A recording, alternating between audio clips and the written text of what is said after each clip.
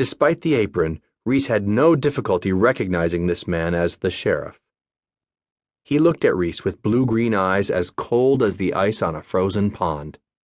A crowd that included several Shaker men began to gather. "Murder, Mr. Rees.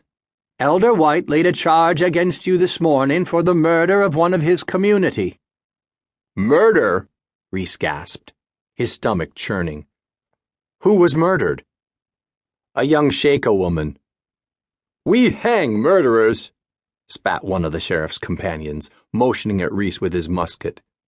Any one of these men, caught up in the heat of the moment, could shoot him here on the spot. "Yes," agreed the sheriff grimly, and Rees knew he was only inches away from hanging. "But don't be hasty, Willie. We have no proof he's guilty. Not yet, anyway." "I spent last night at the Doucette farm," he said quickly. "Look in the wagon, under the canvas. I'm a weaver. That's Mrs. Doucette's yarn." "Mr. Henry Doucette?" asked the sheriff.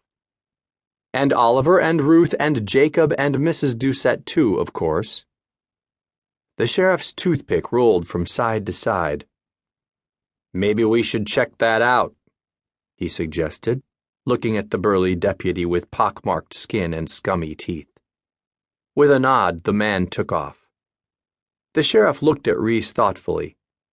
Rees met him stare for stare. "I'm Sheriff Colton, and the proprietor of the general store. Your horse and wagon will be kept behind the store for the time being, and you'll be confined to the local jail while your story is verified." Rees sighed, torn between irritation and relief. "Very well," he said. "Come with me, please, Mr. Rees." Colton grasped his arm. At almost a foot taller in height and 50 pounds and more in weight, Rees knew he could break Colton's hold and escape. But he wouldn't.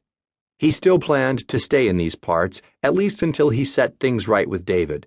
And surely, when Sheriff spoke to Mrs. Doucette, Rees would be freed.